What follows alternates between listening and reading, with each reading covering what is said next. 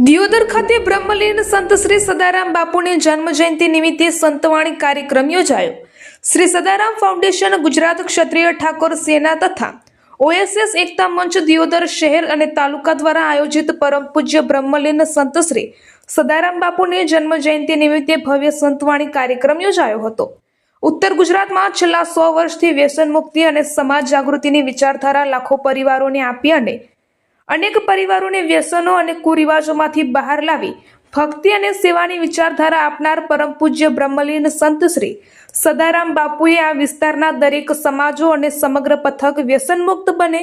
કુરિવાજોમાંથી બહાર આવે એના માટે બાપુએ એમના જીવનના 100 વર્ષ સમર્પિત કર્યા એનું ઋણ ચૂકવવા અને પરમ પૂજ્ય બાપુના જીવનના 119 વર્ષ પૂર્ણ થતા પરમ પૂજ્ય બ્રહ્મલીન સંત શ્રી સદારામ બાપુની જન્મ જયંતિ નિમિત્તે સંતવાણીનું આયોજન દિયોદર શ્રીનાથ નગર સોસાયટીમાં કરવામાં આવ્યું હતું,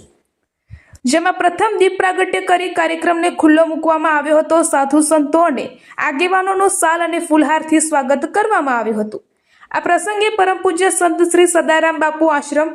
મીરાબાઈ સંત શ્રી સદારામ આશ્રમ ભાભરે ઉપસ્થિત રહીને આશીર્વચન પાઠવ્યા હતા, જેમાં લખન ઠાકોર ભજનિક, જોગાજી ઠાકોર ભજનિક, પૂજા કૃષ્ણા ભજનિક, સિદ્ધરાજ ગામોટ દ્વારા સંતવાણીની રમઝટ બોલાવી હતી, જેમાં મોટી સંખ્યામાં લોકો ઉપસ્થિત રહ્યા હતા।